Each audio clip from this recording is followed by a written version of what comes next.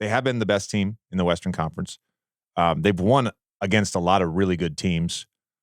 I think that there's three things for me, and there's obviously you brought up Conley, Jaden McDaniels, love him, Naz Reid, love him. The three things for me, even going back to last year after the trade, I remember Tommy and I did an episode on the old man and the three things, talking about Minnesota, their ceiling. I think we did our Western Conference predictions or whatever. And like the three things when I look at this team that is happening right now, Gobert returning to form, looking super mobile, making like high level defensive plays. 2 is Cat embracing this role and playing efficiently. He's done that. And then 3 is like further growth from Anthony Edwards, which we've seen. And sometimes, we see this like massive leap. But for me, it's like even going back to last season, it's been this like incremental growth from Anthony Edwards in terms of his decision making, his engagement defensively, embracing like modern shot profiles. Right now he is having a career high in field goal percentage, 3-point percentage, free throw percentage, rebounds, assists, points. He's got a 12.0 net rating. Like he's playing at an all NBA level. So you have him playing at all NBA level, Cat playing great, Gobert being Gobert, the defensive player of the year that we saw. Like that's an elite team. That's an elite team. And it's hard for me to say this, but it's also like the most logical thing. I think the Minnesota Timberwolves are going to be in the mix for the number 1, number 2, number 3 seed, whatever, all year long in the Western Conference, assuming health. And they're a real team. They're a real team. And we saw them battle the Nuggets in that first round shorthanded. You go back and all those Nuggets guys are like, yeah, that was our toughest series. That was the team that gave us the most problems. Even though it was 4-1, that was the team. So I'm high on the Timberwolves, really high on the Timberwolves. Just very quickly on the Minnesota front, because I did just throw out there, like I have some questions about the offense. Like for me, this stuff that Steve and I have talked about quite a bit is like Cat versus switches. I feel like the drives have been better. It's kind of gone from do you have the talent to beat switches and more what is the decision making like after you get the switch? Will you force something up versus can you draw something good and create something else for someone else? Just a quick number I just pulled up on Second Spectrum. Do you know who's number 30 in points per possession against switches?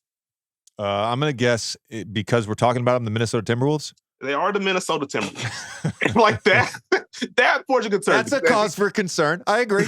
It's a cause for concern. And like, it's weird because like, I don't feel bad about, again, like you put a small guy on Cat, I feel better that he's going to do something about that. With Rudy, like there will always be questions, but I at least trust he's going to create an extra possession if he does miss a shot at the rim. Anthony Edwards can create a shot against anyone. But like in the back of my mind, it's like he also knows that he can create a shot against anyone. And I just kind of worry in a playoff context if teams do decide we're just going to switch this and flatten it out. And it turns into, Ant, will you draw something and then we play out of that? Or will you just step back against someone because you can do that? That's where my brain goes to. I don't know yet.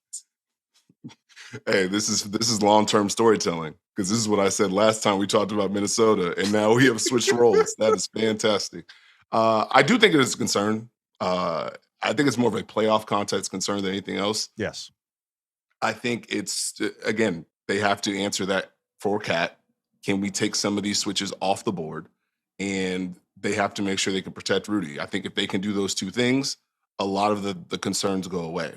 But that could be their fatal flaw. Like, is there something, JJ, that you think, okay, there's this one piece that's missing? Is it the bench? Is it the lineup versatility? Is there something that might be off with them? Yeah, I think it goes back to exactly what Nekias just brought up, in that if you have a number 1 defense and you have enough talent offensively, you're going to win games in the regular season. I think my concerns come down to the playoffs, which, again, it comes back to spacing.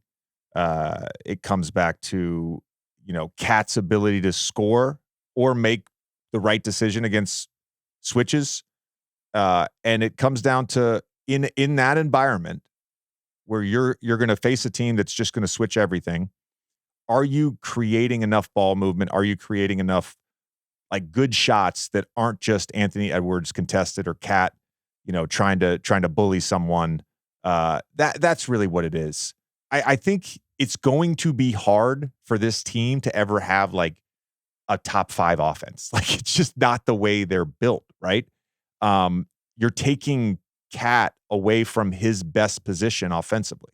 His best position offensively is as a 5, but then there's the trade-off defensively. So I think we've brought up the word identity on this show. If your identity is going to be, we are going to be the best defensive team in the league, night to night, we are going to be hard to score against. We're going to create a lot of situations where you're shooting contested shots, where we're going to grab every rebound. Like, you have an identity. You have a chance to win a game when you have an identity in the NBA.